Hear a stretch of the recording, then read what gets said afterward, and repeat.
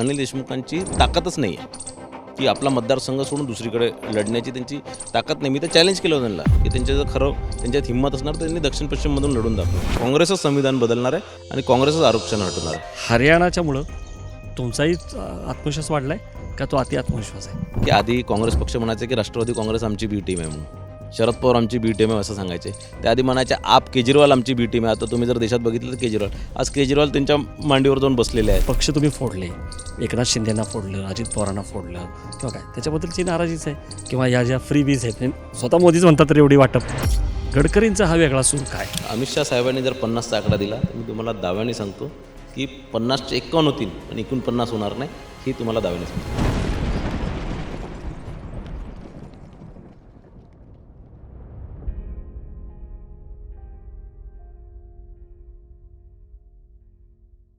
नमस्कार, बोलबिडू चर्चामध्ये आपलं स्वागत. बोलबिडू पोचलेलं आहे विदर्भामध्ये. आत्ता आपण नागपूरमध्ये आहोत.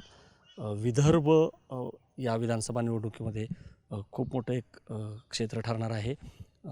असं म्हटलं जाते विश्लेषकांकडून की विदर्भ ठरवतं आहे की सत्ता जी आहे ती महाविकास आघाडीची येणार आहे का महायुतीची येणार आहे. या पार्श्वभूमीवरती डॉक्टर परिणय फुके आपल्यासोबत आहेत, जे माजी मंत्री राहिलेले आहेत, पालकमंत्री राहिलेले आहेत आणि विदर्भातल्या जवळपास 10 ते 15 मतदारसंघांची जबाबदारी जी आहे ती पण त्यांच्यावरती आहे. सर, खूप स्वागत तुमचं बोलबिडूच्या चर्चेमध्ये. पहिला मी इथून सुरुवात करतो की खूप जण असं म्हणत आहेत की विदर्भ डिसाईड करणार यावेळेस की सत्ता कोणाची असणार, महाविकास आघाडी किंवा महायुतीची. अमित शहांचा जेव्हा दौरा झाला होता तयारीचा, तेव्हा तेही असं म्हटले होते की मिशन 50 विदर्भामध्ये आम्ही ठेवलेलं आहे आणि जर इथं तुम्ही आम्हाला यश दिलं तर तुम्ही बाकी काळजी करू नका. तर हे खरं आहे का की विदर्भ जो आहे तो ठरवणार आहे यावेळी सत्ता कोणाची असणार आहे? बघा, पारंपरिकरित्या दरवेळेस विदर्भानी जिला साथ दिली त्याचीच सरकार महाराष्ट्रामध्ये बसलेली आहे. आपण जर याच्या आधीचे अनेक इलेक्शन्स बघितले 99पासनं तर 2004 2009, तर या सगळ्या निवडणुकी निश्चितच सत्ता कोणाची होणार हे विदर्भ ठरवतं. जवळपास 62 सीट्स विदर्भातनं येतात आणि 62मधनं निम्म्या ज्याही पक्षाकडे ज्याही आघाडीकडे गेले किंवा युतीकडे गेली तर तिथे महाराष्ट्रामध्ये सरकार निर्णायक विदर्भ ठरवतं. अगदी बरोबर आहे तुम्ही म्हणाला तसं. पण मला सांगा की लोकसभेला जो काही निकाल लागला तो काही फार अनुकूल नव्हता भाजपला किंवा महायुतीला आणि आता 4-5 महिन्यातच विधानसभा निवडणुका येत आहेत.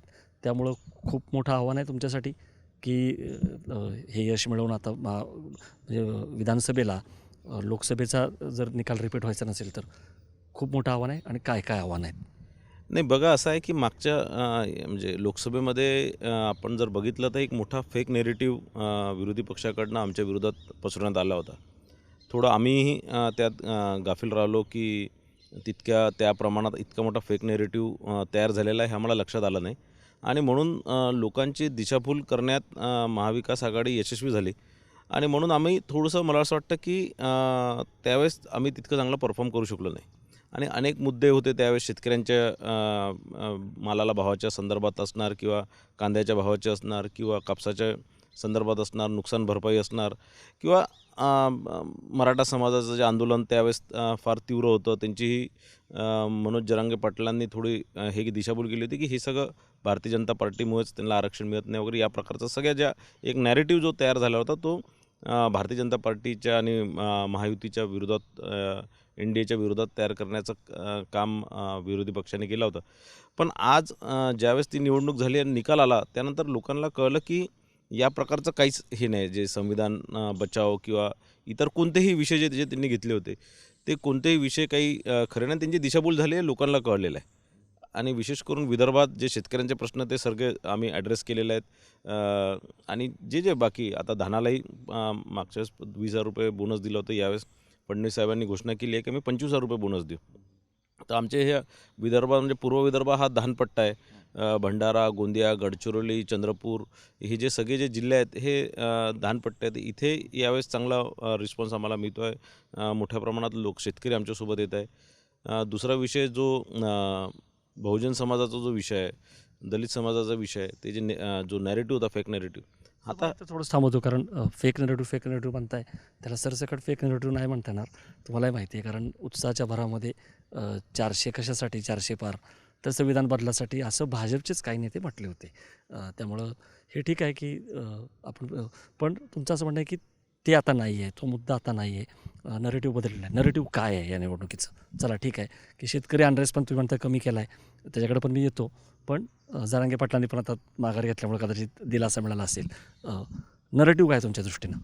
नाही बघा, की आता तर लोकांना हे कळून चुकलं आहे, की या प्रकारचा कोणताही नेरेटिव्ह नव्हता, की संविधान बदलण्याचा किंवा कोणताही विषय नव्हता. आणि राहुल गांधींनी जे अमेरिकेमधल्या त्यांच्या भाषणात किंवा त्यांच्या इंटरव्ह्यूमध्ये त्यांनी सांगितलं, की लोकांना त्या इंटरव्ह्यूतनं कळलं, की खरं बघितलं तर काँग्रेस पक्षच हा दलितांच्या विरोधात आहे. काँग्रेस पक्षच हा आरक्षणाच्या विरोधात आहे. आणि काँग्रेस पक्षाचे जे छुपे अजेंडे आहे ते लोकांपुढे आलेले आहेत. आणि म्हणून यावेळेस जो मागचा जो नेरेटिव्हपेक्षा आता यावेळेस काँग्रेसच्या विरोधात तो नेरेटिव्ह आहे, की काँग्रेसच संविधान बदलणार आहे आणि काँग्रेसच आरक्षण हटवणार आहे. तर नरेटिव्हची लढाई आहे कारण राहुल गांधींनी पण काय म्हणतात तुम्हालाही माहिती आहे की जर इक्वॅलिटी आली तर आरक्षणाची गरज राहणार नाही. पण असो, पण ठीक आहे. हां. जे पोटात असतं ते वोटात येतं, ते कोणत्याही माध्यमात नाही. आता त्यांनी सारवासारव केलेली आहे, पण जे पोटात असतं ते वोटात आलेलं आहे त्यांच्या. हरकत नाही. पण सर मला म्हणायचं आहे की ताजा मुद्दा घेऊयात जरांगेंचा. कारण जरांगेंच्या टार्गेटवरती तर भाजप आहेत. फडणवीस तर आहेतच. पण एकूणच भाजप किंवा महायुती आहे. लोकसभेला तुम्ही असं म्हणताय तसं त्यांनी दिशाभूल केली तसं काहीच नव्हतं. पण कुठंतरी इथंसुद्धा एक मराठा, कुणबी, मुस्लिम हा फॅक्टर चालला. जसा मराठा, दलित, मुस्लिम आहे.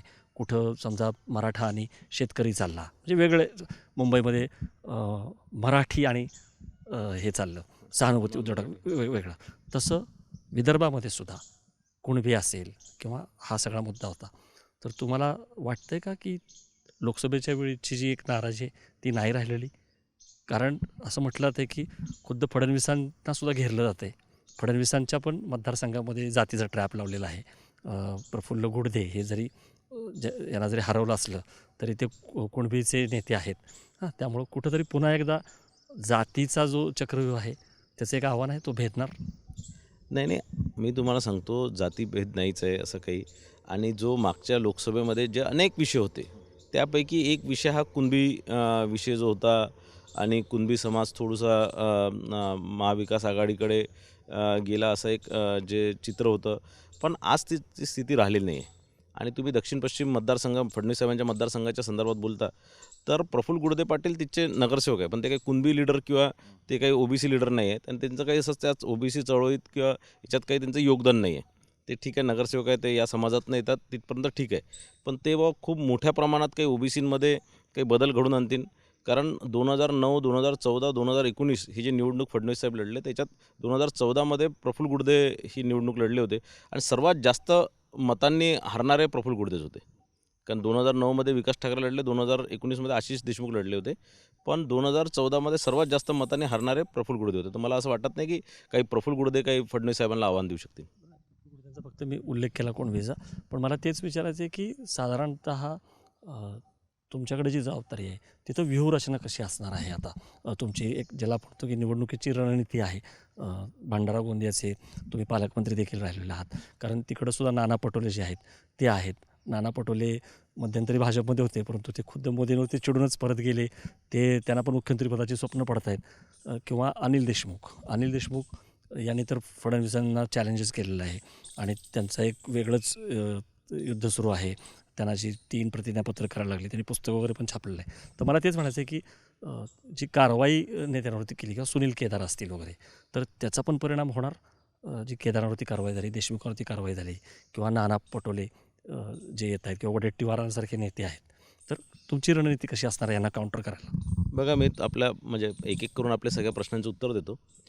पहिलं तर असं आहे की आम्ही आतापर्यंत जे होतं की स्ट्रॅटेजिकली उमेदवार चांगले निवडून सगळ्या फॅक्टरमध्ये त्यांना बसून त्या प्रकारचे उमेदवार द्यायचे ही होती स्ट्रॅटेजी. आणि त्यात आम्ही जवळपास 95% आम्ही त्यात यशस्वी झालेलो आहे. आम्ही उमेदवार यावेळेस त्या याच्यातल्या ज्या सिनॅरिओ आहेत त्या त्या त्या हिशोबाने आम्ही उमेदवार देण्यात यशस्वी झालो.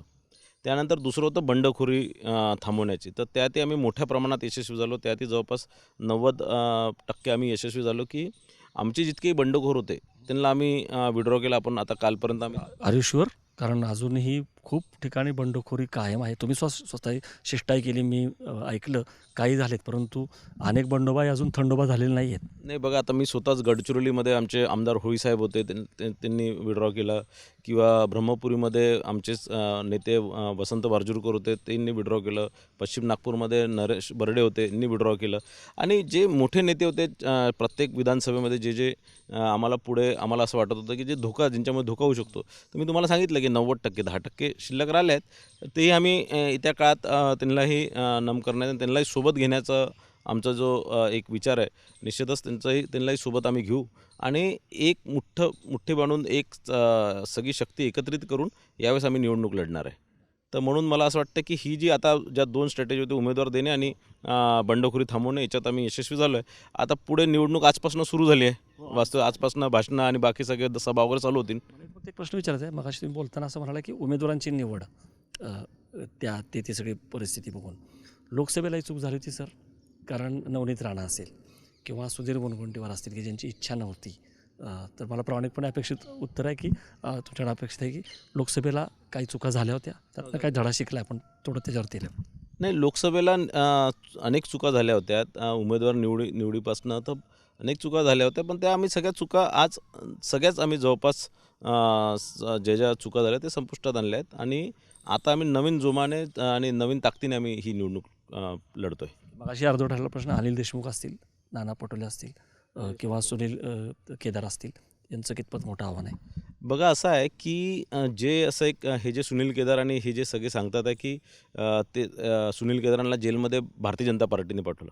मी तुम्हाला 2-3 आणि किंवा अनिल देशमुखांना भारतीय जनता पार्टी किंवा देवेंद्र फडणवीस साहेबांनी त्यांना जेलमध्ये पाठवलं. सुनील केदारांची केस 20 वर्षापासून प्रलंबित होती. बँकेच्या घोटाळ्यातले त्यांच्यावर जवळपास अनेक 125 कोटी रुपये त्यांनी अफरातफरी केली असे त्यांच्यावर आरोप होते. आणि या संदर्भातली केस त्यांच्याच पक्षाच्या लोकांनी त्यांच्या विरोधात टाकली होती. ज्यावेळेस त्यांच्यावर ही केस टाकण्यात आली त्यावेळेस राष्ट्रवादी काँग्रेस पक्षाचं सरकार होती. आणि त्यानंतर अनेक वर्ष ते सत्तेत राहिले. त्यानंतर ही केस चालत राहिली. ज्यावेळेस चार्जशीट झाली त्यावेळेसही काँग्रेस आणि राष्ट्रवादी काँग्रेस पक्षाची सरकार होती. त्यानंतर ज्यावेळेस त्यांच्यावर हे झालं त्यावेळेसही काँग्रेस राष्ट्रवादीची सरकार होती.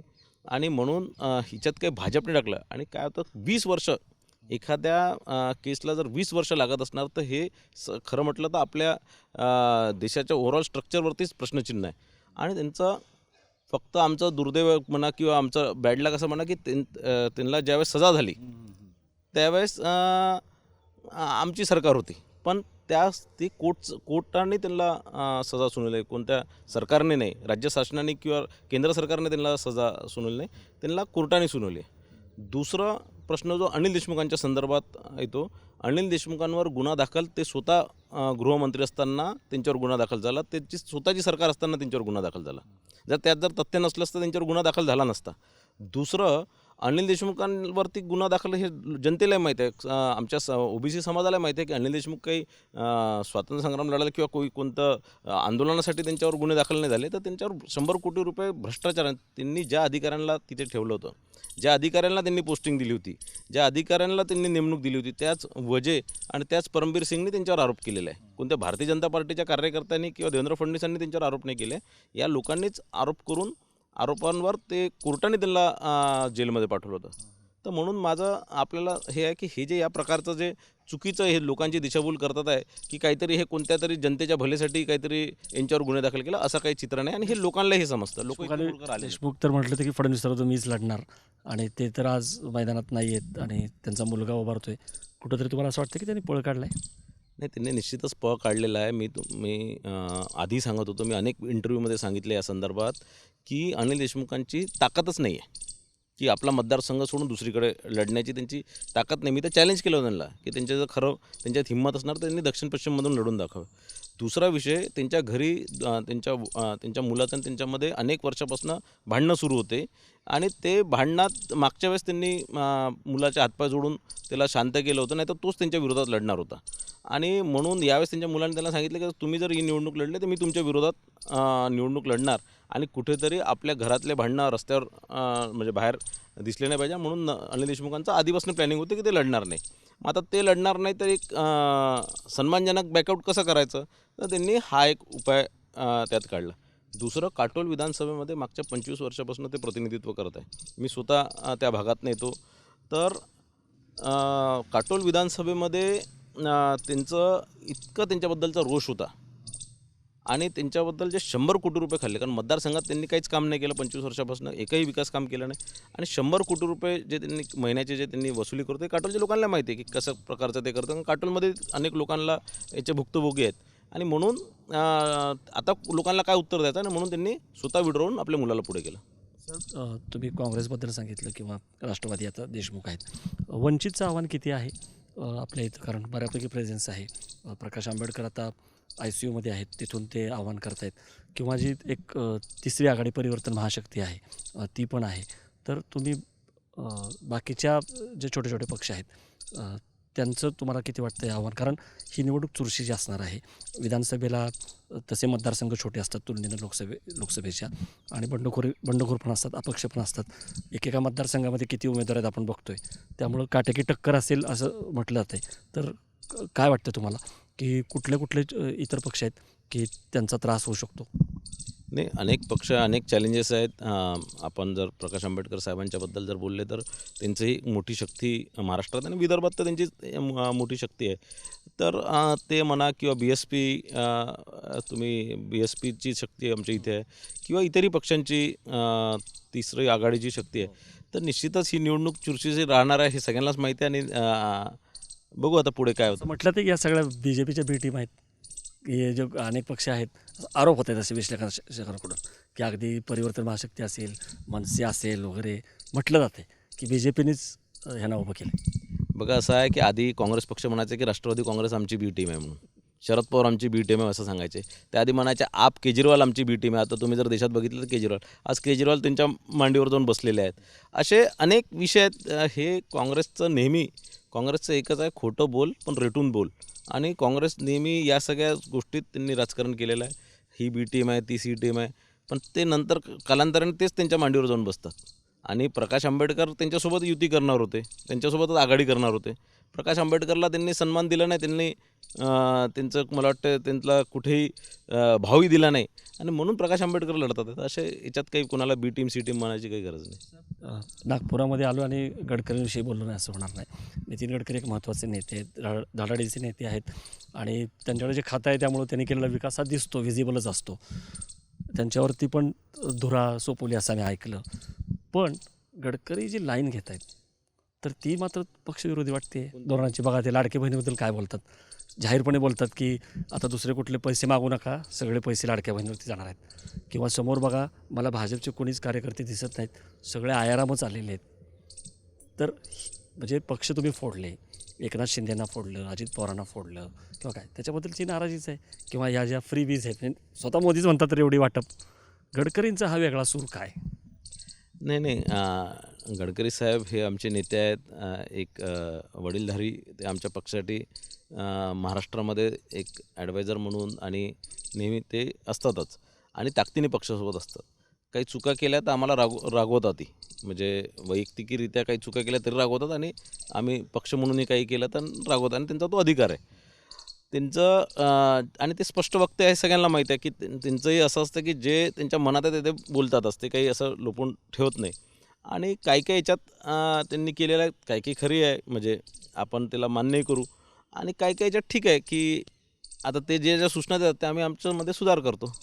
सकारात्मक टिकावून घेत आहे. सर, दुसरं मला विचारायचं आहे की नागपूर संघाचा बालेकिल्ला आहे, आणि संघ हा लोकसभेच्या वेळेस थोडासा दुरावला होता, दुखावला होता, अशी चर्चा होती. एकनाथ शिंदेपर्यंत फोडाफोडी ठीक होती, कारण फडणवीस म्हणतात की ती जी युती आहे ती नैसर्गिक आहे शिवसेना असल्यामुळं.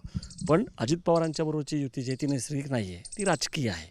पण अशोक चव्हाणांना घेणं असेल किंवा अजित पवारांना, की ज्यांच्यावरती मोदींनी आरोप केले होते आदर्श घोटाळ्याचे आणि सिंचन घोटाळ्याचे, आणि त्यांना लगेच अर्थमंत्री करून राज्यातल्या तिजोरीच्या चाव्या देणं, किंवा अशोक चव्हाणांना हे आवडलं नाही, मतदारांनाही आवडलं नाही, भाजपच्या संघही दुरावला होता, हे खरं आहे का?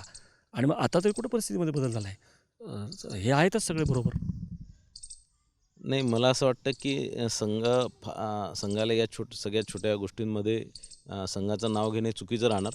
संघ फार मोठा विषय आहे. संघ हा देश निर्माण करण्याकरता, हिंदुत्व आमच्यामध्ये जागृत करण्याकरता, हिंदूंना सगळ्यांना एकत्रित करण्याकरता संपूर्ण देशातच नाही तर जगात संघ काम करतं. आणि संघ एखाद्या महाराष्ट्राच्या किंवा एखाद्या निवडणुकीत काही त्यांचं असं चुकीचं काही असं करणार किंवा नाराजी व्यक्त करणार असं मला वाटत नाही. ते सकारात्मक काम करतात. ते म्हणजे व्यक्ती निर्माण करण्याचं जे काम त्यांचं सातत्याने सुरू असतं आणि आम्हाला ज्यावेळेस मदत लागते त्यावेळेस आम्ही त्यांच्याकडे विनंती करतो. ते निश्चितच मदत नेहमी करत असतात आणि त्यांच्या मदतीने त्यांच्या आशीर्वादानेच भारतीय जनता पार्टी इतक्या मोठ्या जागेवर आज पोचलेली आहे. मला तेच म्हणायचं आहे की साधारणतः हरियाणाच्या विजयामुळं तुमचा मॉरल बूस्ट झालेला आहे, हे तर खरं आहे. पण ग्राउंड रिॲलिटी वेगळी आहे. शेवटी हरियाणाच्या चौपट महाराष्ट्र आहे. त्यामुळे आम्ही असं म्हणेन की लोकसभेला तुम्हाला रोखलं म्हणून महाविकास आघाडीचा कॉन्फिडन्स बूस्ट झाला होता आणि त्यांना डोळ्याला लागले होते की आता जसं काय आता फक्त मुख्यमंत्रीपदच राहिले आपल्याला, उद्धव ठाकरे असतील हे. हरियाणाच्यामुळं तुमचाही आत्मविश्वास वाढला आहे का तो अति आत्मविश्वास आहे? नाही, आमचा निश्चितच आत्मविश्वास वाढलेला आहे. आम्ही कारण भारतीय जनता पार्टी अनेक निवडणुका हरलेल्या आहे आणि अनेक निवडणुका हरल्यानंतर स्वतःला इम्प्रूव्ह करण्याचं काम भारतीय जनता पार्टीने केलेलं आहे. आपण वर्षानुवर्ष जर आपण बघत असलं 1980पासून भारतीय जनता पार्टीची स्थापना झाल्यापासून 2 खासदारापासून आम्ही 303पर्यंत आम्ही आमच्या खासदारांची संख्या वाढवलेली आहे. तर काही हे झालं तर निश्चितच आम्ही त्या निवडणुकीमध्ये कधी आम्ही स्वस्थ बसत नाही, कधी खचून जात नाही आणि आम्ही उलट काय चुका झाल्या याचं ॲनालिसिस करून त्यापुढे त्या चुका सुधारून आणि परत दुप्पट जोमाने आम्ही आणि आमचा कॅडर, आमच्या पक्षाचे कार्यकर्ता दुप्पट जोमाने लागतात आणि आपल्याला सांगतो. आणि हरियाणाच्या निवडणुकीच्या निकालानंतर निश्चितच एक बूस्ट आम्हाला मिळालेला आहे. आमच्या सर्व कार्यकर्त्यांना मिळाला आहे आणि आम्ही आता चौपट ताकदीने आम्ही आता महाराष्ट्रामध्ये सगळे उतरलेलो आहे आणि आपल्याला याचा निकाल, आमच्या ताकदीचा निकाल, आमच्या उत्साहाचा निकाल आणि आमच्या कार्यकर्त्यांचा उत्साह जो मेहनत जी आहे ती तुम्हाला येणाऱ्या 23 तारखेला दिसणार. महायुतीचं सरकार येईल, अमित शहा पण म्हणत आहेत, फडणवीस पण म्हणत आहेत आणि भाजपचं सरकार स्वबळावरती 2029ला येईल असं म्हटलं जातं आहे. कुठंतरी मी पुन्हा येईन असं जरी देवेंद्र म्हणत नसले तरी खूप चर्चा सुरू झाली आहे की कदाचित पुढचा मुख्यमंत्री जो आहे तो भाजपचा असेल. अगदी राज ठाकरे आता टीका जरी करत असले तरी ते स्वतः म्हणाले की पुढचा मुख्यमंत्री हा भाजपचा असेल. ते विचारायचं आहे की देवेंद्र फडणवीस हे मुख्यमंत्री होणार आहेत का? एकनाथ शिंदे यांचं जे काय आता मुख्यमंत्रीपद आहे ते आता जाणार आहे का या निवडणुकीनंतर? नाही, बघा असं आहे की ही सगळे निर्णय तर निकाल आल्यानंतरच ठरणार की सगळ्याच गोष्टी की कोणाचे सीट्स किती येतात, त्यानंतर पक्षसृष्टी काय ठरवतं. कारण आमच्या इथे सगळं पक्ष म्हणून सगळे विचार त्यानं ठरतं. पण एक तुम्हाला 100% सांगतो की भारतीय जनता पार्टीचा महाराष्ट्रातला प्रत्येक कार्यकर्ता, प्रत्येक नेत्याच्या मनात हे आहे की देवेंद्र फडणवीस साहेब मुख्यमंत्री झाले पाहिजे. या महाराष्ट्रातल्या प्रत्येक नागरिकांपासनं तर प्रत्येक अधिकारी कर्मचाऱ्यांपासनं सगळ्यांना वाटतं की महाराष्ट्राचे 2014 ते 2019 जो कार्यकाळ होता तो महाराष्ट्रामध्ये परत आला पाहिजे. ते रामराज्य महाराष्ट्रामध्ये परत आलं पाहिजे. हे सगळ्यांचीच इच्छा आहे, 12 कोटी जनतेची इच्छा आहे आणि 12 कोटी जनतेची इच्छा आहे की देवेंद्र फडणवीस साहेब. काय वाटतं बरं आहे, पण होणार का? मला थेट प्रश्न विचारायचा आहे की या निवडणुकीनंतर मुख्यमंत्री भाजपचा असणार आहे का एकनाथ शिंदे, जे असं म्हणतात की स्ट्राईक रेट माझा चांगला आहे आणि ज्यांचं मोदी आणि शहांशी डायरेक्ट कॉन्टॅक्ट आहे, हॉटलाईन आहे, असं खूप जण म्हणत आहेत. तर मुख्यमंत्री महायुतीचं जर सरकार आलं तर कोण असणार आहे? अजित पवारांनी मागणी केली की फिरतं ठेवा, कारण त्यांनाही मुख्यमंत्री व्हायचं आहे. नाही, हे तर तुम्हाला मी सांगितलं की मी आता भविष्यवाणी तर करू शकणार नाही की कोणाचा मुख्यमंत्री होणार किंवा कोण होणार. पण मी तुम्हाला सांगतो की सरकार आमचे येणार हे निश्चित आहे आणि त्यानंतर ठरवू की कोणाच्या सीट्स किती येतात, जिचे जास्त सीट्स आहेत त्याचा मुख्यमंत्री होणार. 14 दिवस राहिलेले आहेत, 2च आठवडे, फार काही प्रचाराला वेळ मिळत नाही आहे. मोदी शहा योगींच्या पण सभा असणार आहेत, पण लोकसभेला तसा काही फार प्रभाव नाही पडला. प्रामाणिकपणे सांगायचं तर मोदींनी उलट जिथं सभा घेतल्या तिथं नाहीच. तर ही निवडणूक उलट जेवढी लोकल राहील तेवढी फायद्याची होती, कारण एकदा ती निवडणूक नॅशनलला गेली आणि जर उद्धव ठाकरे पवारांवरती टीका केली तर ती बॅकफायर होते, हे आपण बघितलं होतं. त्यामुळे तुम्ही कसं बघता या बड्या नेत्यांच्या प्रचाराकडं? नाही, बघा असं आहे की कार्यकर्ता आपल्या स्तरावर बूथ स्तरावर काम करत असतो, कॅडर आपलं काम करत असतं, पदाधिकारी आपलं काम करत असतात. पण त्यानंतरही एक लोकांमध्ये उत्साह संचारण्याकरता आणि कार्यकर्त्यांमध्ये एक नवीन जोश देण्याकरता मोठ्या नेत्यांची सभा आवश्यक असते. मोदीजींची सभा झाल्यानंतर नुसतं एका विधानसभेपुरती मोदीजींच्या सभेचा इफेक्ट होत नाही, तर त्या 1-2 जिल्ह्यांमध्ये एक 10, 15, 20 सीटांमध्ये त्याचा इफेक्ट होतो. आता जिथे सभा घेतात तर मोदीजी किंवा अमित शाह साहेब किंवा योगीजींचं नेहमी असं राहिलं आहे की ज्या सीटा आपल्या कमजोर आहेत, जिथे आपल्याला निवडून येणं थोडं कठीण आहे, त्याच जागेवर ते सभा घेतात. असं ते कधीच असं करत नाही की 100% निवडून येणाऱ्या सीट्समध्ये जर त्यांनी सभा घेतली तर तिचा तितका फायदा होणार नाही. ज्या सीट्स आपल्या सर्वेप्रमाणे ज्या सीट्स आपल्या धोक्यात आहे किंवा ज्या सीट्स आपल्याकडे टफ फाईट आहे, ज्या सीट्समध्ये आपण थोडं कमजोर आहे, तिथेच हे मोठे लोक सभा घेऊन तिथे तिथच्या कॅडरला आणि तिथच्या नागरिकांना थोडंसं उत्साहित करतात. महायुतीचा जो काही भर आहे किंवा जी काही भिस्त आहे त्यामधला एक महत्त्वाचं म्हणजे कल्याणकारी योजना आणि त्यातली सगळ्यात चर्चेत असलेली लाडकी बहीण योजना. आणि देवेंद्र दूत नेमण्यात आलेले आहेत. नुसतं देवेंद्रांपुरतं नाही, पण 3 भाऊ आहेत. एकनाथ शिंदे, अजित पवार आणि देवेंद्र फडणवीस. प्रत्येकजण कुठंतरी श्रेय घ्यायला बघतो याचं. पण या लाडकी बहीण योजनेला एक महागाईचं पण एक ज्याला आपण म्हणतो की एक नरेटिव्ह किंवा काउंटर एक तयार झालेलं आहे. कारण तूर डाळ महागली, तेलाचा डबा महागला, पेट्रोल डिझेल गॅस काही कमी झालेलं नाही आहे. त्यामुळं जाणकारांचं असं म्हणणं आहे की लाडकी बहीणचा इम्पॅक्ट आहे, नाही असं नाही, परंतु त्याला महागाई पण आहे. तर तुम्हाला काय वाटते की खरोखर लाडकी बहीण हा गेम चेंजर ठरणार आहे का? बघा असं आहे की मी तुम्हाला 100% दाव्याने सांगतो की लाडकी बहीण हा सगळ्यात मोठा गेम चेंजर राहणार आहे. मध्य प्रदेशमध्ये जर आपण बघितलं तर मध्य प्रदेशमधूनच ही योजना आपल्याकडे आली आहे. लाडली बहीण योजना तिची आहे. तुम्ही मध्य प्रदेशचा निकाल बघा. मध्य प्रदेशमध्ये 160 सीटा निवडून आल्या भारतीय जनता पार्टीचे. आणि या लाडली बहिणींचा आशीर्वाद आणि आम्ही ही लाडली बहिणी जी योजना आहे, ह्या खरंच मुख्यमंत्री आणि दोन्ही उपमुख्यमंत्र्यांच्या बहिणी म्हणून आम्हाला आशीर्वाद देणार आहे. आणि तुम्ही जर बघितलं तर प्रत्येक विधानसभामध्ये 1-1 लाख बहिणींना याचा लाभ झालेला आहे. तर निश्चितच याचा फायदा होणार आणि एक बहिणींचा कल आपल्या भावांकडे निश्चितच होणार. लाडक्या बहिणींकडे फारच लक्ष दिल्यामुळं भाऊ आणि भाचे नाराज नाही आहेत ना? नाही, बहीण जर सोबत असली तर भाऊ आणि भाची म्हणजे भाऊजी आणि भाचेही सोबत असतात, तर काही त्याची चिंता करायची. सगळा पैसा जो आहे तो इथं ओतला जातो आहे. अनेक ठिकाणी एस टी कर्मचाऱ्यांना ऐन दिवाळीमध्ये त्यांचा बोनस मिळालेला नाही आहे किंवा इतर अनेक योजनांचा पैसा जो आहे तो इकडं सगळा ओतला जातो आहे असंही म्हटलं जातं आहे. आणि जरी तुम्ही म्हणत असला की हे सरकार सत्तेमध्ये आलं तर लाडकी बहीण योजना बंद पडेल, तुम्ही जरी सत्तेमध्ये आला तरी ही सुरू ठेवणं कठीण आहे त्याचं एकंदरीत स्वरूप बघता. आणि आता शिंदे तर म्हणतात की अजित पवार फडणवीस की आम्ही वाढवणार आहोत, अजून हे जे पैसे आहेत ही ओवाळणी आहे ती वाढवणार आहोत. तर मग आर्थिक डॉलर कसं सांभाळणार? नाही बघा, आता 46,000 कोटीची योजना आहे. जवळपास 3 कोटी बहिणींना याचा फायदा होणार आहे. आणि या संदर्भातलं बजेट प्रोव्हिजन झालं आहे, या संदर्भातलं बजेट अप्रूव्ह झालेलं आहे.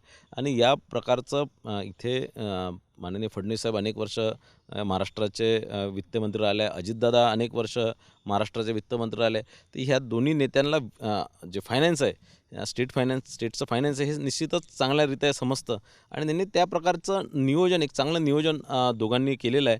आणि पुढे अनेक वर्ष ही योजना चालू राहणार अशा दृष्टिकोनातून त्यांनी सोर्सेसही तयार केलेले आहेत. आणि मला असं वाटतं की ही योजना सुरू राहणार. हां, जर चुकीने महाविकास आघाडी सरकार आली, कारण काँग्रेस पक्ष चे अनिल वडपल्लीवार हे कोर्टात या योजनेच्या विरोधात गेले. चुकीने जर काँग्रेस पक्षाचं किंवा महाविकास आघाडीचं सरकार आलं तर ही योजना बंद होणार. पण मी तुम्हाला 100% दाव्याने सांगतो की महायुतीचं सरकार आलं, भारतीय जनता पार्टी, शिवसेना आणि राष्ट्रवादी काँग्रेसचं सरकार आलं, तर ही योजना जोपर्यंत आमची सरकार आहे तोपर्यंत सुरू राहणार आहे. आपण जर बघितलं तर मध्य प्रदेशमध्ये याच प्रकारचं म्हणत होते की निवडणुकीनंतर ही योजना बंद होणार. पण आज निवडणूक होऊन 1-1.5 वर्ष झाले तरी ही योजना सुरू आहे. जिथे जिथे भारतीय जनता पार्टीची सरकार आली तिथे तिथे ही योजना सुरू आहे. आणि जिथे जिथे काँग्रेसची सरकार आली तिथे तिथे ही योजना बंद करण्यात आलेली आहे. बंद करतील असं वाटत नाही, कारण त्यांनी आता 2500 रुपये देऊ असं म्हटले. 1500च्या पेक्षा आश्वासन तर दिलं आहे, माहीत नाही. शेवटचा प्रश्न, तुम्ही ज्योतिषी नाहीत हे जरी बरोबर असलं तरी विदर्भापुरतं तरी सांगा, 62 पैकी परिणय फुके यांचा काय आकडा आहे? शहांनी तर मिशन 50 दिलं आहे. किती सीट्स लागू शकतात? मी तुम्हाला सांगतो, तुम्हाला निकाल कारण विदर्भ ठरवणार आहे सत्ता कोणाची. तुम्हीच म्हणाला होता की दाखला देत की विदर्भामध्ये ज्याला यश मिळतं तोच राज्यावरती सत्ता करतो. बघा, 2 गोष्टी निश्चित आहे की देशाचे चाणक्य अमित शाह साहेब आहेत. आणि अमित शाह साहेबांनी एखादा जर आकडा सांगितला तर त्याच्या मागे मोठा अभ्यास असतो, मोठा त्याच्यामागे यंत्रणा लावलेली असते, मोठं त्याच्यामागे एक स्ट्रॅटेजी असते.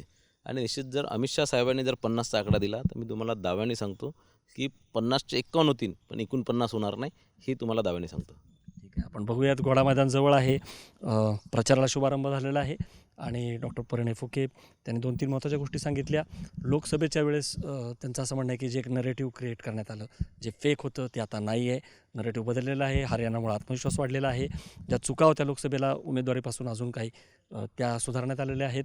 जे अनरेस्ट होते वेगवेगळे, कुणबीचं असेल किंवा मराठा समाजाचं असेल, शेतीमधला असेल, ते बऱ्यापैकी कमी झालेले आहेत आणि कुठंतरी एक नवीन एक आत्मविश्वास जो आहे तो संचारलेला आहे आणि विदर्भामध्ये 51 जागा जिंकू शकतात, म्हणजे अमित शहांपेक्षा 1 जागा जास्त आणि लाडकी बहीण हा गेम चेंजर ठरेल असे त्यांचं म्हणणं आहे. बघूयात परिणय फुके आपल्याशी जे बोलले निकालानंतर यातलं किती वास्तवामध्ये उतरतं.